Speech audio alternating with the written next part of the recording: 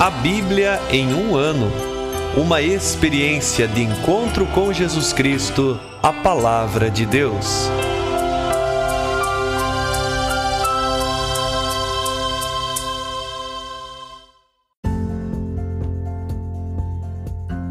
Olá, eu sou o Alesiandro, seminarista da Diocese de Ponta Grossa, Paraná. Você está ouvindo o podcast A Bíblia em um ano. Usando um plano de leitura cronológico, vamos ler a Bíblia inteira em 365 dias, descobrindo como a história da salvação se desdobra e se atualiza em nossas próprias vidas e na vida da Igreja. Estamos usando a Bíblia Católica com a tradução oficial da Conferência Nacional dos Bispos do Brasil. Você pode baixar o plano de leitura completo por meio de um link que você encontra na página do Instagram abiblia.emumano ou do facebook.com/seminariopg. Inscreva-se nesse podcast por meio da plataforma que preferir para receber as notificações diárias dos novos episódios.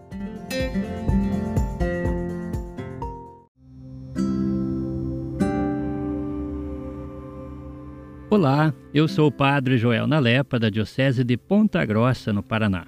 Antes de iniciarmos a leitura e a escuta dos textos bíblicos propostos para hoje, vamos pedir que o Espírito Santo ilumine nossa mente e nosso coração para que a Palavra de Deus frutifique em nossas vidas.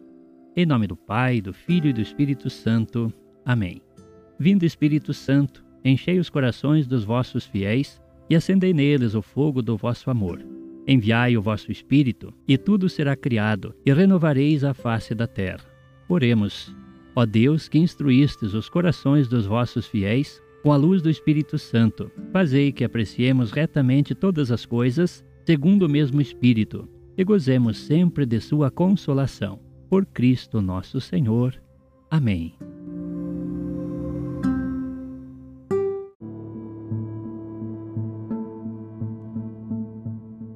Hoje é o dia 292 do nosso podcast e nós leremos os livros de 1 Macabeus, capítulo 11, também o livro de Siracida, capítulos do 31 ao 33, e o livro de Provérbios, capítulo 23, versículos do 9 ao 11º. 1 Macabeus, capítulo 11. O rei do Egito reuniu um exército numeroso como a areia do mar, além de muitos navios. Ele pretendia dar um golpe para tomar o reino de Alexandre e anexá-lo ao seu. Partiu, pois, para a Síria, com propostas de paz. As cidades lhe abriram as portas e iam ao seu encontro, pois o rei Alexandre tinha ordenado que o recebessem bem, por tratar-se do seu sogro. Ora, tão logo entrava numa cidade, Ptolomeu deixava ali uma guarnição militar. Quando se aproximava de Azoto, mostraram-lhe o templo de Dagon incendiado, Azoto e seus arredores destruídos, os cadáveres espalhados e os corpos dos que Jonatas tinha queimado durante a guerra, pois eles os tinham amontoado no caminho por onde o rei ia passar. Contaram ao rei tudo o que Jonatas fizera, para o acusarem, mas o rei nada comentou. Entretanto, Jonatas veio ao encontro do rei em Jope, com toda a pompa. Saudaram-se um ao outro e pernoitaram ali. Depois, Jonatas acompanhou o rei até o rio chamado Eleutero, e logo voltou para Jerusalém. O rei Ptolomeu foi tomando as cidades da orla marítima até Seleucia, junto ao mar, enquanto nutria maus desígnios contra Alexandre. Mandou, pois, emissários ao rei Demétrio, com esta proposta: vamos fazer uma aliança entre nós. Eu te darei a minha filha, que está com Alexandre, e tu reinarás no reino do teu pai. Estou arrependido de ter dado a ele a minha filha, pois andou procurando matar-me. Censurava-o assim, porque estava interessado no seu reino. De fato, retomou sua filha e a entregou a Demétrio. Assim é que se afastou de Alexandre, e a inimizade entre os dois tornou-se pública. A seguir, Ptolomeu fez seu ingresso em Antioquia, cingindo sua cabeça com as duas coroas, a do Egito e a da Ásia. Enquanto isso, o rei Alexandre estava na Cilícia, porque os habitantes dessa região tinham se rebelado. Sabendo do que se passara, Alexandre veio lutar contra Ptolomeu. Este, porém, reuniu o seu exército e enfrentou-o com grandes forças, pondo-o em fuga. Alexandre refugiou-se na Arábia, enquanto Ptolomeu alcançava o triunfo. Zabdiel, o árabe, cortou a cabeça de Alexandre e mandou-a para Ptolomeu. Este, porém, veio a morrer 3 dias depois, e os que ele tinha deixado nas fortalezas pereceram, às mãos dos habitantes locais. Desse modo, Demétrio começou a reinar no ano 167. Por esses dias, Jonatas reuniu os homens da Judéia para atacarem a cidadela que está em Jerusalém, e fez construir contra ela muitas máquinas de assalto. No entanto, alguns ímpios que odiavam sua própria nação foram ter com o rei para denunciar que Jonatas estava atacando a cidadela. Ouvindo isso, Demétrio ficou furioso e logo resolveu partir com um exército para Ptolemaída. Escreveu a Jonatas, ordenando que suspendesse o cerco da cidadela e viesse ter com ele imediatamente em Ptolemaída. Recebida a ordem, Jonatas mandou que se continuasse assim mesmo o cerco. Em seguida, escolheu alguns anciãos de Israel e alguns sacerdotes e foi enfrentar o perigo. Levou consigo prata, ouro, vestes preciosas e muitos outros presentes, e compareceu à presença do rei em Ptolemaída, encontrando graça a seus olhos. Apesar de alguns ímpios da sua nação tentarem intervir contra ele, o rei Demétrio tratou-o da mesma forma que os reis anteriores, e o prestigiou diante de todos os seus amigos. Confirmou-o no cargo de sumo sacerdote e em todas as dignidades que tivera antes, e o constituiu como o mais importante entre seus primeiros amigos. Então Jonatas pediu ao rei que isentasse de impostos a Judéia, com seus 3 distritos além da Samaria, prometendo-lhe em troca 300 talentos. O rei concordou, e sobre isso escreveu a Jonatas uma carta nestes termos: O rei Demétrio a seu irmão Jonatas, e à nação dos judeus, saudações. Nós vos transcrevemos cópia da carta que enviamos a Lástenes, nosso pai, a vosso respeito, para que dela tomeis conhecimento. O rei Demétrio a Lástenes, seu pai, saudações. Tendo em conta os bons sentimentos que nutrem para conosco, decidimos favorecer a nação dos judeus, que são nossos amigos e observam tudo o que nos parece justo. Nós lhe confirmamos a posse do território da Judéia e dos 3 distritos de Aferema, Lida e Ramataim, que eram da Samaria, e foram anexados à Judéia, e todas as suas dependências em benefício de todos os sacerdotes que atuam em Jerusalém. Isto em compensação pelos impostos que deles recebia o rei cada ano, sobre os produtos das plantações e dos frutos das árvores. Quanto às outras coisas que nos são devidas, como dízimos e tributos, os impostos para as salinas e as coroas que nos pertencem, de tudo isto lhes concedemos isenção a partir de hoje. Nenhuma destas disposições será revogada, desde agora e para sempre. Tomai providências para que se faça uma cópia deste documento e seja a cópia entregue a Jonatas, para ser afixada em lugar visível na Montanha Santa. Quando o rei Demétrio viu que a terra estava sossegada diante dele e ninguém mais lhe fazia oposição, licenciou todo o seu exército, voltando cada um para a sua casa. Só reteve as tropas estrangeiras, por ele recrutadas, entre as ilhas das nações. Com isso, voltaram-se contra ele as tropas mais antigas, do tempo de seus pais. Trifão, antigo partidário de Alexandre, notou que todo o exército murmurava contra Demétrio, e foi ter com o árabe Malcoe, que estava criando Antíoco, o filho de Alexandre. Instou com ele para que lhe entregasse o menino, para fazê-lo rei sucedendo ao pai. Informou de tudo o que Demétrio havia ordenado e o quanto as tropas o detestavam. E Trifão permaneceu ali muitos dias. Nesse meio tempo, Jonatas mandou pedir ao rei Demétrio que removesse da cidadela de Jerusalém e das outras fortalezas os que a guarneciam, pois estavam provocando Israel. Assim respondeu Demétrio a Jonatas: Não só isto farei a ti e à tua nação, mas te cumularei de glória, a ti e a teu povo, logo que me for dada a oportunidade. Agora, porém, gostaria que me enviasses homens que combatam ao meu lado, pois todas as minhas tropas me abandonaram. Jonatas enviou-lhe logo 3.000 guerreiros para Antioquia, os quais se apresentaram ao rei, causando-lhe grande alegria. Aglomeraram-se então os habitantes da cidade, cerca de 120.000 pessoas, querendo matar o rei. Este refugiou-se no palácio, enquanto os habitantes da cidade ocupavam as ruas e começavam a atacar. O rei chamou os judeus em seu auxílio. Estes vieram para junto dele e depois espalharam-se pela cidade, matando naquele dia 100.000 pessoas. No mesmo dia incendiaram a cidade, tendo antes recolhido abundantes despojos e salvando o rei. Vendo que os judeus tinham dominado completamente a cidade, os habitantes que restavam perderam o ânimo e puseram-se a bradar ao rei suplicando: Concede-nos o perdão e que os judeus parem de atacar a nós e à cidade. Assim largaram as armas e fizeram a paz. E os judeus se encheram de glória diante do rei e de todos os que estavam no seu reino. Ficaram famosos e voltaram para Jerusalém, carregando muitos despojos. O rei Demétrio firmou-se no trono real, e a terra arquitetou-se diante dele. Mas ele mentiu em tudo o que havia dito, e distanciou-se de Jonatas. Em lugar de retribuir os benefícios que este lhe havia prestado, causou-lhe muitos dissabores.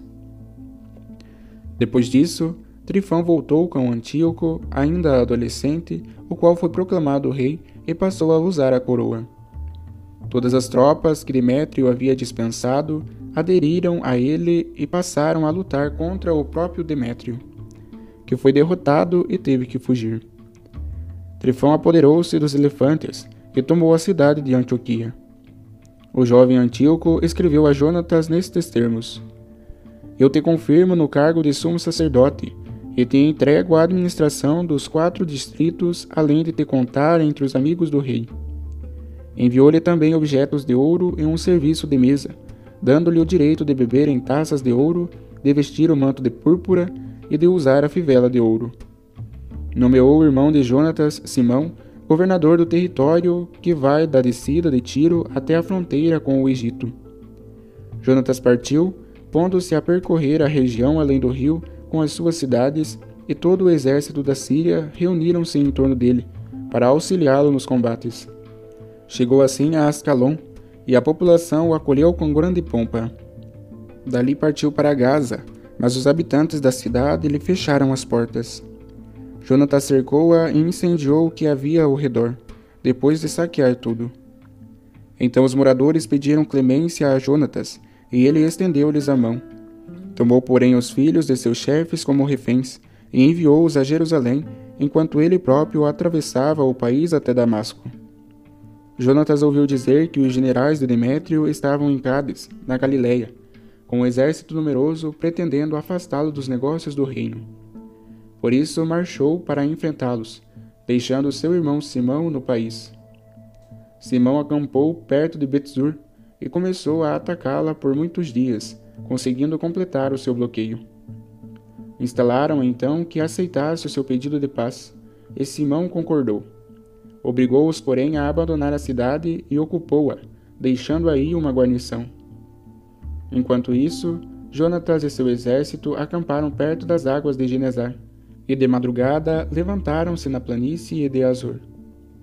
As tropas dos estrangeiros vieram enfrentá-lo na planície, mas deixaram uma emboscada nos montes contra ele, enquanto os judeus os atacavam pela frente.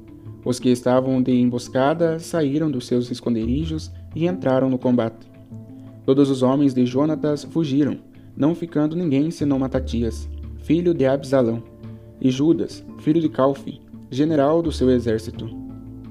Diante disso, Jonatas rasgou suas vestes, cobriu de terra sua cabeça e orou. Logo depois, voltou-se contra os inimigos em combate, e os desbaratou, pondo-os em fuga. Vendo isso, seus companheiros que estavam fugindo tornaram a juntar-se a ele e passaram a perseguir o inimigo até Cádiz, até o acampamento deles, e ali por sua vez acamparam.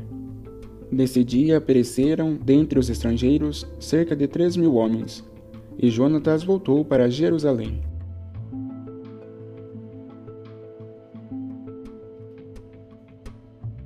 Sirácida, capítulo 31.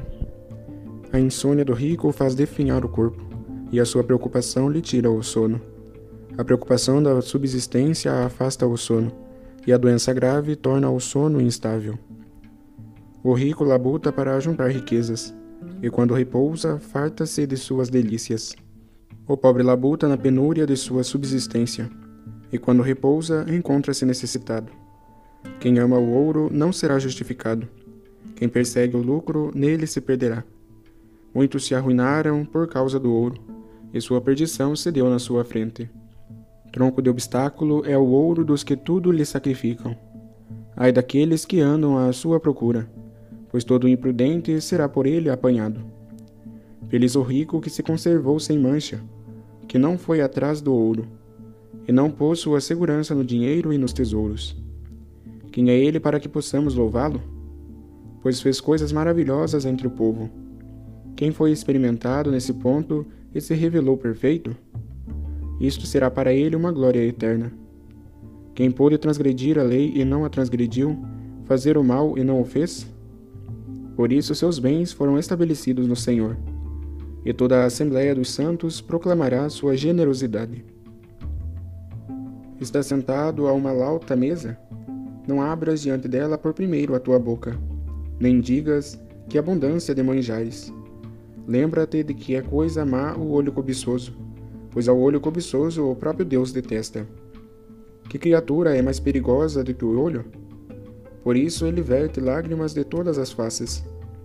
Para onde alguém olhar, não sejas tu o primeiro a estender a mão, para que por causa da inveja não venhas a te envergonhar, e não te acotoveles com ele no mesmo prato. Avalia os desejos do teu próximo pelos teus, e sê ponderado em todas as tuas palavras. Serve-te moderadamente dos pratos que te são oferecidos, para que não te tornes odioso, comendo muito.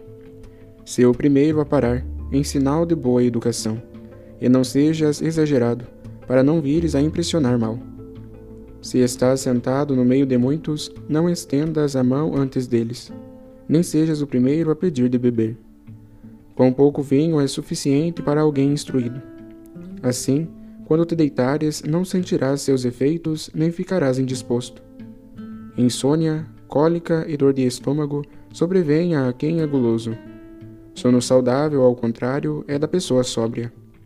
Dormirá até de manhã e sentir-se-á contente consigo mesmo. Se for-te forçado a te exceder na comida, levanta-te, vai vomitar e ficarás aliviado, e não atrairás ao teu corpo uma doença. Ouve-me, filho, não me desprezes, e no fim compreenderás as minhas palavras. Sê moderado em todas as tuas obras, e nenhuma doença te atingirá. Os lábios de muitos bendirão quem é pródigo em dar comida, e o testemunho de sua bondade é digno de fé. Contra o que é mesquinho, porém, a cidade murmurará, e é verdadeiro o testemunho de sua mesquinhez. Estando a beber vinho, não provoques ninguém. O vinho arruinou a muitos. A fornalha prova a têmpera do ferro em brasa. Assim, nas rixas, o vinho revela os corações dos soberbos. O vinho é como a vida para as pessoas, desde que o bebas com moderação. Que vida leva aquele a quem falta o vinho? Que coisa defrauda a vida? A morte. O vinho foi criado para a alegria, e não para a embriaguez, desde o princípio. Alegria da alma, júbilo e prazer do coração é o vinho bebido com moderação a seu tempo. Saúde da alma e do corpo é a bebida sóbria. Tomado em excesso, o vinho produz irritação, ira e ruínas. Vinho tomado em excesso é a amargura da alma, com irritação e ruína. A embriaguez aumenta o furor do insensato para fazê-lo cair, diminuindo-lhe a força e abrindo feridas. Num banquete com vinho, não provoques o próximo, nem o desprezes quando está alegre. Não lhe digas palavras de injúria, nem o pressiones com reclamações. Capítulo 32. Escolheram-te para presidir a festa? não te ensoberbeças. Comporta-te entre todos como se fosses um deles. Ocupa-te com eles e depois senta-te. Cumpridas todas as tuas obrigações, põe-te à mesa. Então te alegrarás por causa deles, e por razões de mérito receberás a coroa, alcançando o reconhecimento dos convidados. Fala tu que és o mais velho, pois a ti convém a primeira palavra, com comprovada ciência, mas não impeças a música. Durante o banquete, não prolongues o discurso, e não faças ostentação de sabedoria inoportunamente. Como pedra de esmeralda em ornamento de ouro, assim é o concerto de músicos num banquete com vinho. Como num engaste de ouro avulta o sinete de esmeralda, assim é o conjunto dos músicos com o vinho alegre e moderado. Ouve calado, e pelo respeito demonstrando conseguirás a simpatia. Adolescente, fala em teu interesse uma vez, 2 vezes no máximo, se tiveres sido interrogado. Repete a fala dizendo muito em poucas palavras. Porta-te como quem sabe, mas ao mesmo tempo cala-te. No meio dos grandes, nos banquetes, o presunçoso. Da mesma forma, onde há idosos, não fales muito. Como o relâmpago vem antes do trovão, à frente do modesto vai a simpatia. Na hora de levantar-te, não te demores. Sê o primeiro a retirar-te, voltando para casa. Lá te diverte, lá brinca, realiza teus desígnios. Mas não peques com palavras arrogantes. E por todas essas coisas, bendize a Deus, que te criou e te inebria de todos os seus dons. Quem teme o Senhor acolhe a instrução. Quem madrugar por ele encontrará a bênção. Quem procura a lei, dela será repleto. Quem, porém, age insidiosamente, nela tropeçará. Os que temem o Senhor encontrarão um juízo justo, e acenderão suas boas obras como um luzeiro. Um pecador evita a correção, e encontra justificativas segundo o seu capricho. Uma pessoa de bom senso não despreza a inteligência. O ímpio e o soberbo não têm nenhum temor. Filho, nada faças sem reflexão, e não virás a arrepender-te depois. Não andes pelo caminho da ruína, e não tropeçarás 2 vezes nas pedras. Não te metas por um caminho inexplorado, e não darás à tua alma ocasião de queda. Guarda-te de teus próprios filhos, e toma cuidado com os teus servos.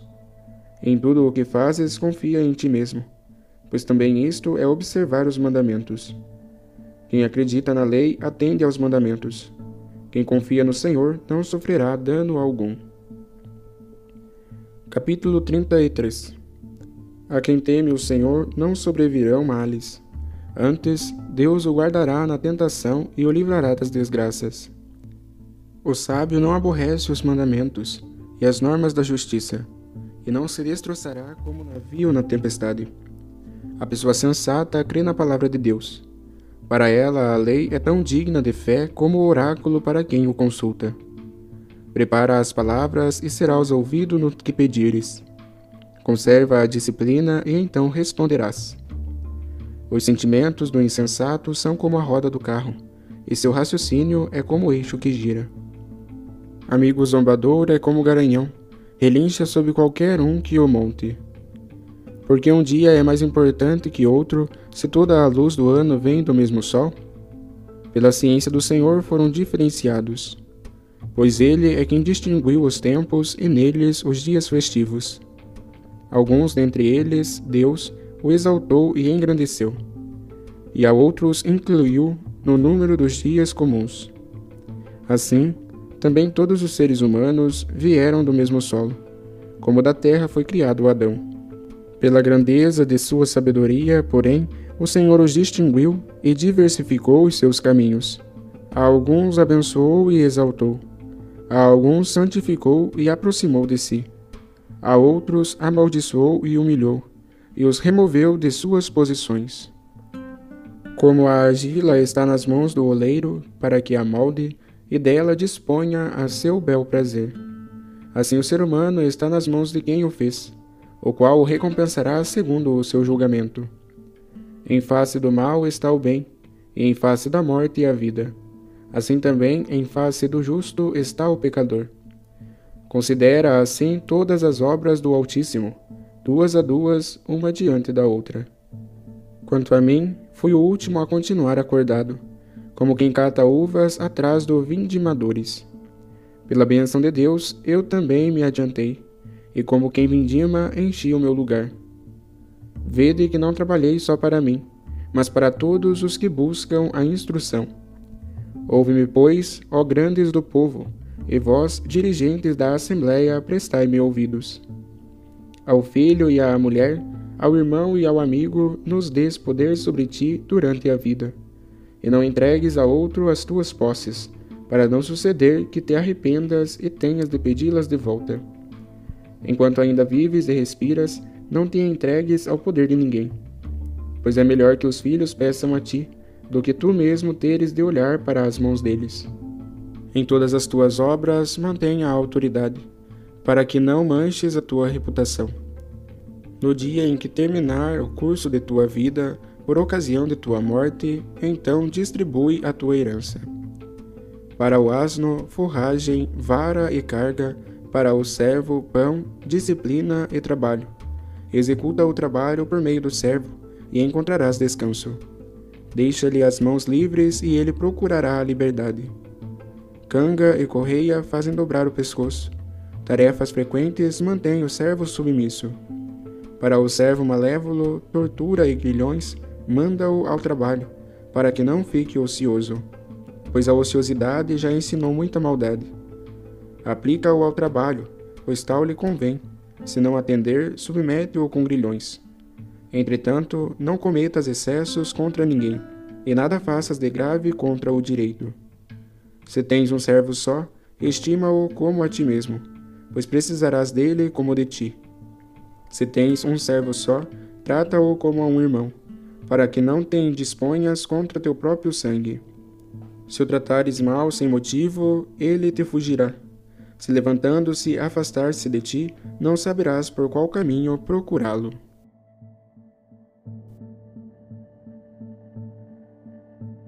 Provérbios, capítulo 23, versículo 9. Não fales aos ouvidos dos insensatos, porque vão desprezar o ensinamento da tua boca. Não toques nos marcos do terreno da viúva, e não invadas o campo dos órfãos. Pois seu vingador é forte, e defenderá a causa deles contra ti.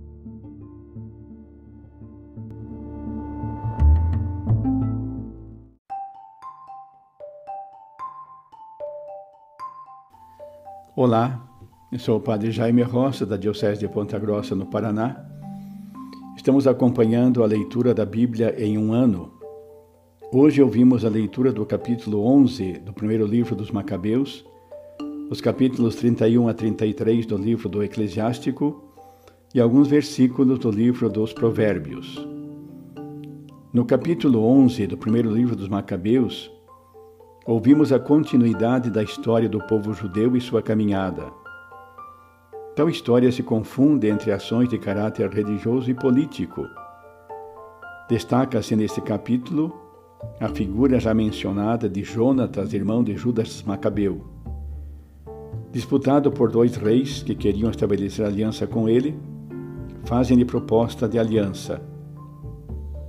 Para garantir tal apoio, confirmam Jonatas como sumo sacerdote e fazem muitas outras ofertas de benefício. Assim, aquilo que deveria ser caracterizado como história de salvação confunde-se sempre mais com o poder político, e toda a narrativa deste capítulo segue na linha de acordos políticos para garantir o poder e a sobrevivência. É um capítulo onde aparecem claramente os acordos e as traições. Falta, portanto, transparência e sinceridade. Na ânsia pelo poder, utilizam-se todos os tipos de ações, sem considerar a licitude ou não dos meios usados. O que se visa é unicamente o objetivo que está diante de si. O que podemos tirar como lição desses relatos é que muitas vezes também nós, imbuídos do espírito de vaidade, utilizamos todos os meios a nosso alcance para atingir os nossos objetivos. Tudo isso deve nos fazer pensar que, acima de tudo, está o julgamento de Deus, que conhece até o íntimo do nosso coração e vai nos julgar segundo as nossas intenções. Nos capítulos que foram lidos do livro do Eclesiástico, nós encontramos uma série de recomendações sobre o modo de se comportar diante dos outros. Fala-se, por exemplo, quando a pessoa se encontra participando de um banquete, que não se apresse em se servir, que se modere no tomar o alimento, que seja sóbrio e moderado no consumo de vinho, etc. Por outro lado, há uma insistência no sentido de se buscar o equilíbrio e o temor de Deus. Quem confia no Senhor não sofrerá dano algum. A quem teme o Senhor não sobrevirão males. Antes, Deus o guardará na tentação e o livrará das desgraças. A pessoa sensata crê na palavra de Deus. Como mensagem para o dia de hoje, percebemos que há um convite a buscar o que é essencial, o temor de Deus, como princípio da sabedoria. Por isso, não se deixar levar simplesmente por aquilo que agrada, satisfazendo todos os impulsos da natureza que nos querem afastar de Deus. Pelo contrário, aquele que está atento à escuta da palavra de Deus vai trilhar um caminho de plena realização e de felicidade. O temor de Deus, como dom do Espírito Santo, nos dará uma atitude de sensibilidade que nos levará a fazer todas as nossas ações por amor a Deus, mas também no desejo sincero de não lhe desagradar. Aquele que possui o temor de Deus evitará tudo o que possa ofendê-lo. Que possamos progredir neste caminho. Que no dia de hoje imploremos que o Senhor nos conceda o dom do seu Espírito, que nos possibilite crescer na construção de nós mesmos, na nossa relação com Deus e na nossa convivência fraterna. Que Maria, a Mãe do Verbo encarnado, interceda em nosso favor, nos obtendo as graças de que precisamos para poder corresponder aos apelos do Senhor. Que Deus, Pai, Filho e Espírito Santo abençoe o nosso dia. Amém.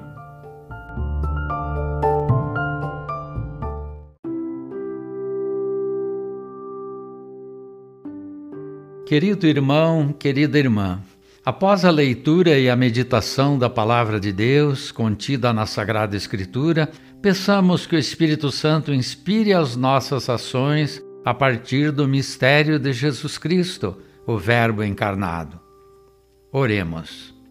Ó Deus, concedei ao vosso povo alimentar-se cada vez mais da vossa palavra e nela encontrar a fonte da vida.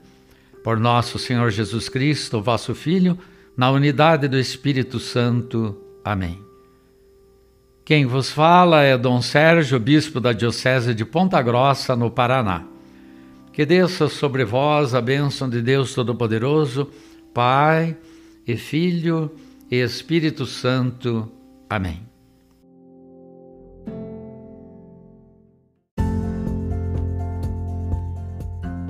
Você acaba de ouvir mais um episódio do podcast A Bíblia em um Ano. Continue nesse bom propósito de ouvir, ler e praticar a Palavra de Deus. Rezemos por todos que estão fazendo este caminho de leitura da Bíblia. Procure também participar da sua comunidade.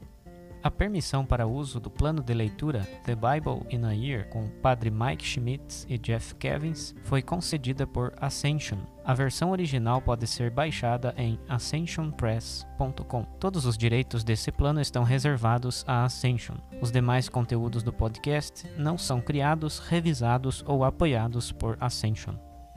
Até amanhã!